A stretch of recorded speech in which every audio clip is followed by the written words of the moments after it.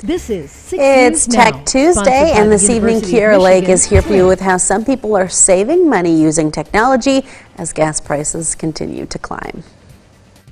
Driving solo has now become an expensive habit, with national average gas prices reaching $4.33 a gallon, according to AAA. Finding someone to share a ride with may be tricky, but now there's Waze Carpool.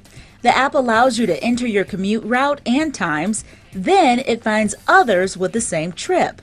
Jill Bender's sons play lacrosse, so using the app helps organize all of their travel to and from games. It saves me a lot of headache because they're on all different teams, so they have different schedules, and I wouldn't be able to do it all myself. Waze Carpool even shows you the cheapest gas prices at stations along your route, and you can also use other apps like this to find the cheapest fuel. Those are Gas Buddy, AAA Mobile, and Google Maps. These all list gas prices in your area, helping you keep some money in your pocket. And some people are now looking to skip the pump altogether. People are looking at driving vehicles that have other fuels, for example, electric EV vehicles. New research shows online searches for electric vehicles are up nearly 40% in recent weeks. And supply remains an issue as manufacturers work to catch up with demand. Right now, the range may not meet the expectations of some drivers, but manufacturers are working to address this as well. Also, the number of charging stations are being increased across the nation, including right here in Michigan. Here for you in Lansing, Kiera Lake, 6 News. Coming up. Introducing our new redesigned 6 News mobile app. Our new app features a sleek, modern design, an easy-to-navigate home screen with quick access to local news content, and a localized weather forecast. Subscribing to notifications is easier, and with one tap, you have access to recent push notifications. There are more ways to watch and find video, and a red light alert badge notifies you when we're streaming. Download or update our new local news app today. 6 News, here for you. From Storm Tracker 6, this is Weather First, sponsored by Auto Owners Insurance. Simple human sense. The two big things we're tracking in weather is going to be warm temperatures tomorrow and then rain building in later this week. Let's start first, though, with the warm temperatures. We've waited for this for a long time. We've got high temperatures tomorrow and Thursday in the 60s. That's going to feel quite nice. Gets a little colder, though, by Saturday, but it's just a minor dip. We're right back in the 50s by Sunday and near 60 next Monday. The other big story is going to be rainfall on the way. Some areas could see quite a soaking with potentially over the next 5 days over an inch of rainfall when you look at it day by day. Thursday night into Friday, that's the most significant rainfall. Some left over early Saturday, but it'll begin to move out. And Saturday is when temperatures will start to fall during the day, and we could see a few snowflakes mixing back in.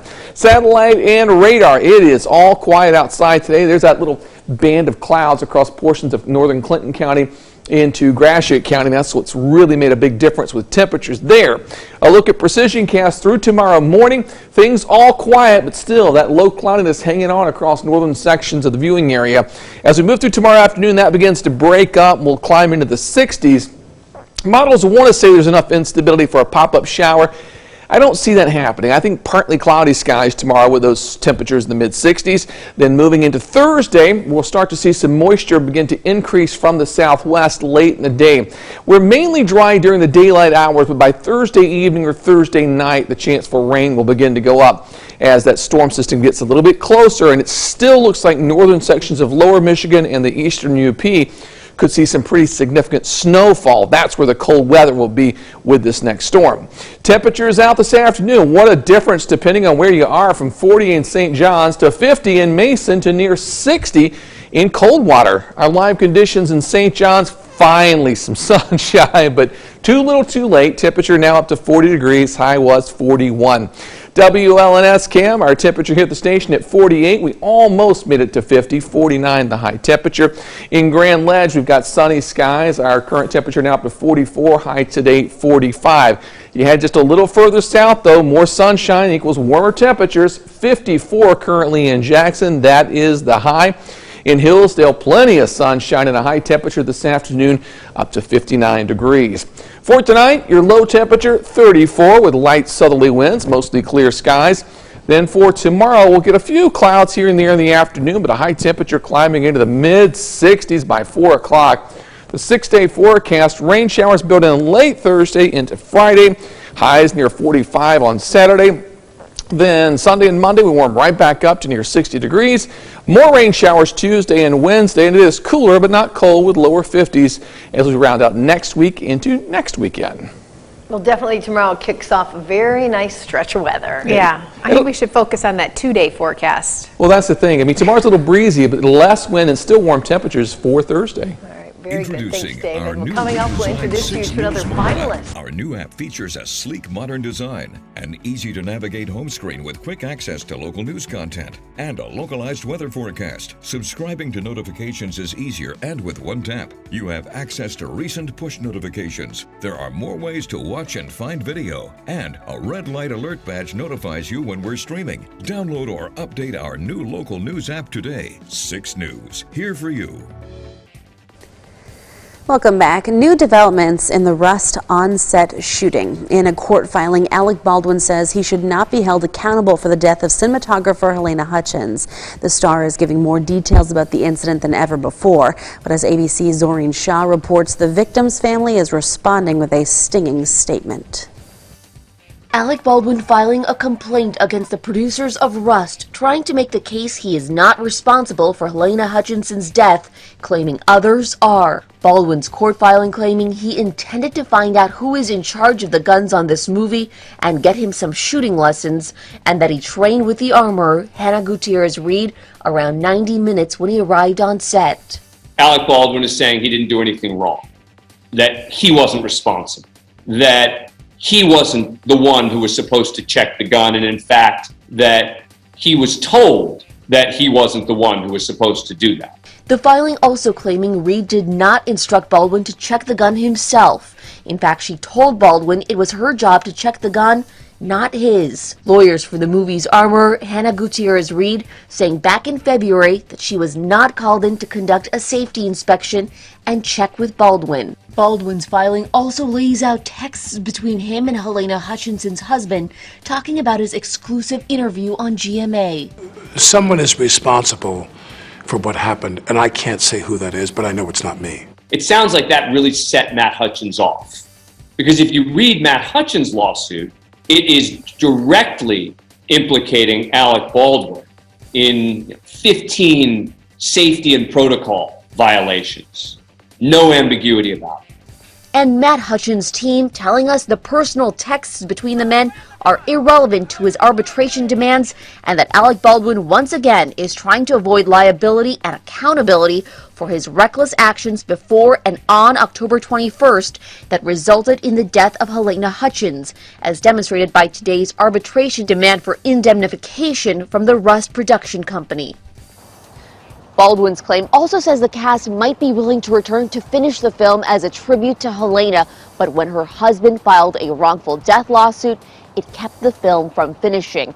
Matt's statement says, quote, "The only action that ended the film's production was Baldwin's killing of Helena Hutchins." Doreen Shaw, ABC News, Los Angeles. Introducing our new redesigned 6 News mobile app. Our new app features a sleek, modern design, an easy-to-navigate home screen with quick access to local news content, and a localized weather forecast. Subscribing to notifications is easier, and with one tap, you have access to recent push notifications. There are more ways to watch and find video, and a red light alert badge notifies you when we're streaming. Download or update our new local news app today. 6 News, here for 5 Michigan lawmakers on both sides of the aisle are hoping to make changes to the current felony firearms statute. It's one of the last to carry a mandatory minimum sentence. Tony Garcia sat down with the sponsors of this bill. He's here for you now with the details. Tony? Yeah, Lauren, the law has been on the books since the 1970s, and it states that anyone who commits a felony and is found to have a firearm will serve a mandatory 2-year sentence. Now, that's whether or not they actually use or even threaten with the firearm in the crime. And now, lawmakers I spoke with today are trying to change that. What we're proposing, I think, is what most people assume happens today. And that is, if you commit a felony and you're charged with felony firearm, that you've actually used the firearm in the commission of the felony. Representative Luke Meerman says that's what people believe, but it's not entirely accurate. He's not looking to get rid of the minimum sentencing for those who use or threaten with a firearm. If you do use the gun, brandish it, refer to it, say that you're going to use it, it's still a 2-year felony. It's mandatory. If you don't use it, if it's in the glove box, you never referred to it, if it's in the upstairs bedroom of the house, never been threatened to being used, then the judge has discretion. The bill's co-sponsor, Kyra Bolden, is a Democrat, and she's pleased it's getting support from Republicans. Absolutely. I am very happy and encouraged that this is a bipartisan bill. We have a multitude of groups that are on board with this type of legislation from all spectrums of our political process. On top of that, the felony firearm law has been shown to disproportionately affect the black community. Another reason to look for change. But when you do have situations like felony firearm, where 80% of the people convicted with the crime are black Americans, that deserves a particular attention.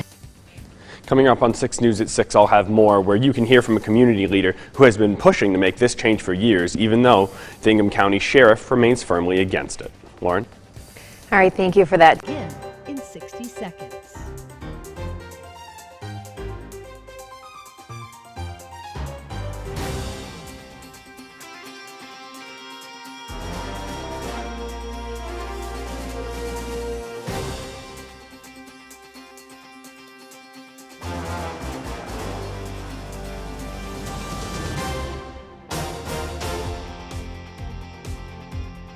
Six News Now will begin in 30 seconds.